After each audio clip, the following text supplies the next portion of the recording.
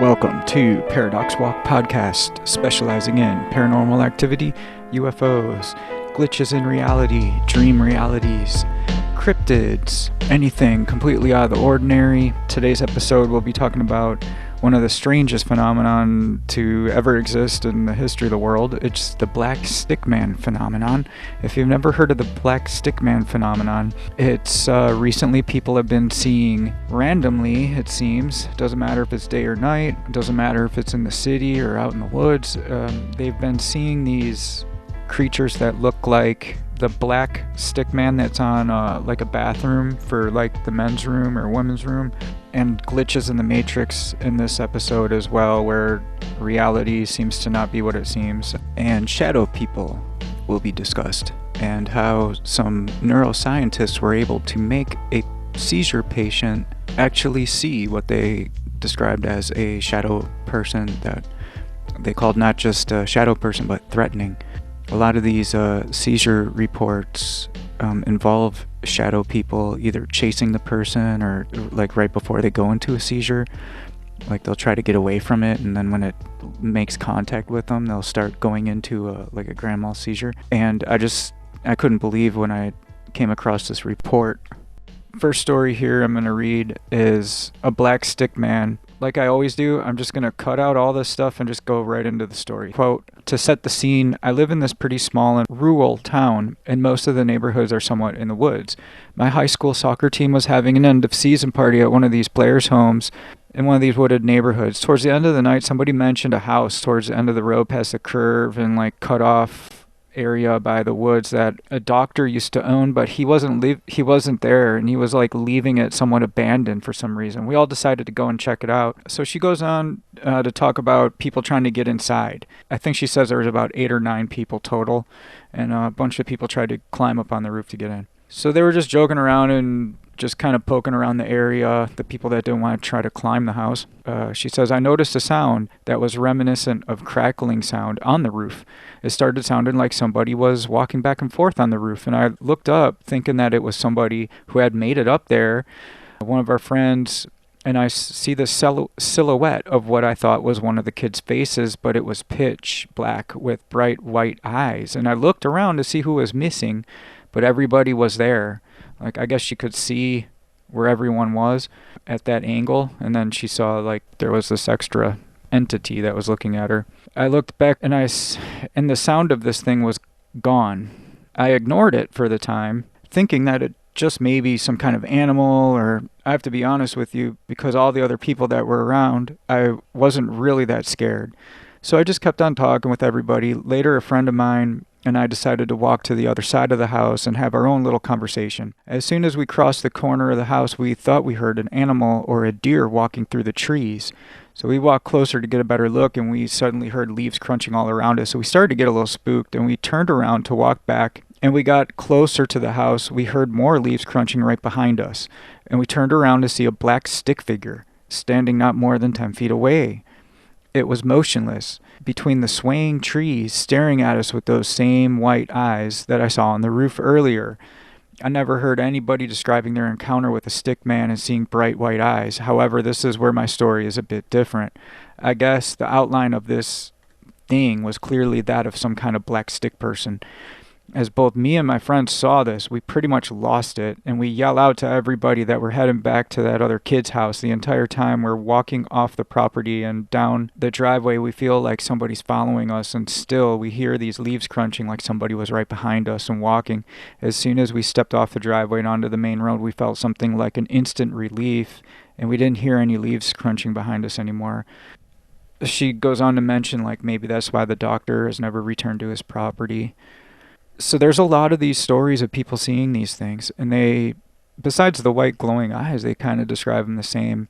Some of the words that people use to describe them is like electric energy around them. Another one is that they, in some way that's hard to describe because they're just a black stick figure.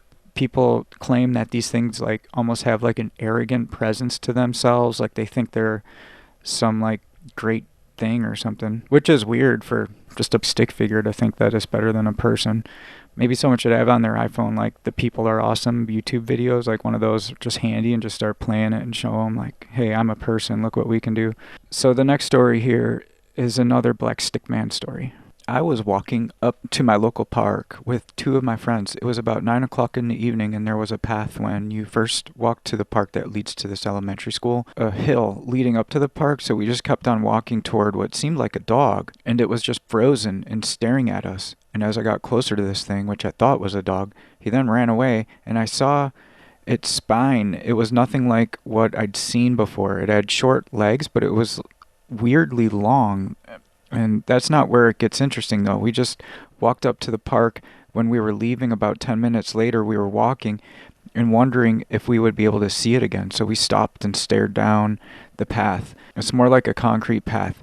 Then me and one of my friends saw the Stickman-like thing running down the hill towards the woods. It was going extremely fast. It was about 7 feet tall, maybe a little bit shorter. It had pointed arms and legs, and I didn't really get a good look at its head. I saw it for maybe a good 4 seconds, and it wasn't really black. It was more like black and gray, and I saw it clear as it went into view of the streetlight. It was just running, and then before it got to the path and vanished. It was pretty terrifying for me. And I got the chills looking at it, and I explained what I saw to my friend, and he claimed that he saw the same thing. So there's this other one. I was living in London as a student back in the early 1990s. I was walking back from a friend's house where another friend, Sue, and myself had spent the whole night talking and revisiting with a group of other people. No drugs or alcohol had been involved other than just coffee. Sue lives some ways away, so I'd offered to let her crash over at my place. Dawn was just breaking. As we turned onto my street, we were very tired. We didn't say much to each other until I spotted a man walking up towards us on the same path some distance away. I didn't think anything of it. In a city like London, people are up and about at all hours. And besides, we were as well, so he could have theoretically been anybody. We walked towards the man, and he walked towards us. The place I was staying at was in between myself and Sue and this other person, or this other thing. I began to feel uneasy. I still to this day don't know why I said what I said, but I turned to Sue, and the following conversation took place in whispers. "Sue, see that man?" "Yes," she replied. "Well, this is going to sound weird, but he isn't a man, is he?" "No." "Wait, did I just say what you did, and he isn't?" She replied to what I was saying. The figure we had taken to be a man had changed, as if something had lifted from him. What we saw was this humanoid in shape, about 5 feet tall, and with very long arms, but short legs. It was a black silhouette, very thin looking. I've often described it as being similar to the Stickman, which is often used on bathroom doors to tell you that you're entering a men's bathroom. So when I say black, I mean black. No light, no shade, nothing, but a void. It was as if somebody had taken a cookie cutter and had shaped a hole in reality in the same shape of something, but almost, but not quite human. The creature seemed to be, well, I've used the word lolloping before, now which isn't really a word, but it denotes the dancing jolly steps it was taking as it walked. It stopped. Both Sue and I felt the creature had realized that we could see it for what it really was, rather than what we were supposed to be seeing, I guess. It turned, or seemed to turn, ever so slightly, and it was then that we could see that the creature wasn't three-dimensional. It was flat, so much so that turning made part of it vanish from our very eyes, until it turned back to fully face us once more. It was at that point that we both freaked, and we ran without discussion. I got my keys out and fumbled with the front door of the home, which was this big Victorian house converted into flats. I lived on the middle floor. Sue behind me urged me to hurry. We were both terrified. I got to the door and unlocked it, and we dashed inside, closed and locked it again. We ran up the stairs and hid around the corner like little children peeping at the big front door. We had 2 big glass panels through which we could see the front garden. The black Stickman approached the door, and we could see its dark shape pressing up against the glass. Neither of us could breathe. The creature looked. I say looked. It had no eyes, but it looked through one pane and then the other. It waited for what felt like an eternity before vanishing. 1 second it was there, and the next it wasn't. It was a few minutes before either Sue and I could find the will to move and get ourselves into my living room and to discuss what we had just seen. We knew whatever it was alien or either up there or sideways, but definitely not from the world we knew, and we felt comfortable with it to post on the Fortean Times website. And then I discovered our experience was not unique. There have been sightings of this creature all over the world, so that's weird. This next story here is a glitch in the Matrix story that I've never heard talked about before on any of these channels. The title of this post is Wall Portal, and I found this on Reddit. It says, okay, so this story comes from my childhood, back in 1992. I just gotten this awesome Lego spaceship. I remember this clearly because I had cut some grass for a week and spent my earnings on a Nintendo Entertainment System with Super Mario. And then he talks about he had the rest of this money left over, and he had his mom take him up to a newly built Target store to buy a toy, like with the remainder of the money. I remember looking down the aisles until I found the one, and she asked me, is this what I wanted to spend the last of my money on? Of course I said yes. I spent the night building it, and then I went to school the next day. When I got home, I ran right to my room, put the finishing touches on it, and started playing. I had these little die-cast fighter jets, and with the United States being fresh off the Iraqi type of war thing, and then he puts like in quotation marks like Kuwait liberation. This was this like big military operation in the early 90s. It was really famous back then. My patriotism was high. The Lego ship was invading the sovereign territory of my top bunk, and America would not stand for such aggressions. Naturally, the ship got shot down. Being made of Legos, the explosion would be impressive, so the engines of the ship being the target of an AIM-9 missile, it went down and the ship had a crash course right against my wall. Now the wall I threw the ship at was across from my bed, and behind it was my closet, a walk-in closet, a snug little walk-in that my brother and I shared. As the ship hit the wall, I heard a huge whoomp with really deep bass to it. Anyway, it did not make the noise a Lego ship hitting the wall should make. From the spot the ship hit my wall, a flat white color rippled. I saw a piece of the wing fall off, but that's it. Stunned, I got down from my bed and ran to the wall to investigate. When I got within arm's length, the wall shimmered like a reflective metallic coat and then went flat. I touched it and everything, but there was nothing.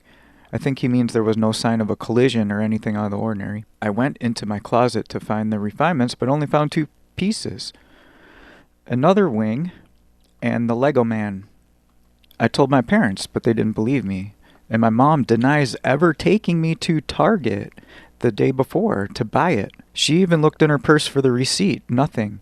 My ship was gone, and I had expected that something weird happened, but I didn't know what. The next day, in the garage, I found the rest of my ship in the corner in pieces. I brought it in to show my mom, and I put it on my toy box. When I came back, it was gone. That is my first glitch in the Matrix. The thing that I noticed was, like, after that happened, his mom forgot about going to the store, even though he's sitting there with the pieces. It kind of reminds me of when 2 people watched the same movie, Shazam, back in the mid-90s, and then when a brother or sister calls their other brother and sister that they watched it with, they both watched the movie numerous times together. One remembers it and the other one doesn't. So he throws this Lego ship against the wall. He's sitting there with the pieces to it, talks to his mom about it. She doesn't remember it, but then when he looks away and looks back, all the little pieces and the evidence that it was there is gone. I don't know. I don't know what to think about that. There was something weird about how it went into the wall and not all of it dissipated, but then later on it all did. I don't understand that. If anybody has any kind of like insight into that, I would love to see and read the comments on that. Emails can be sent to ParadoxWalkPodcast@protonmail.com.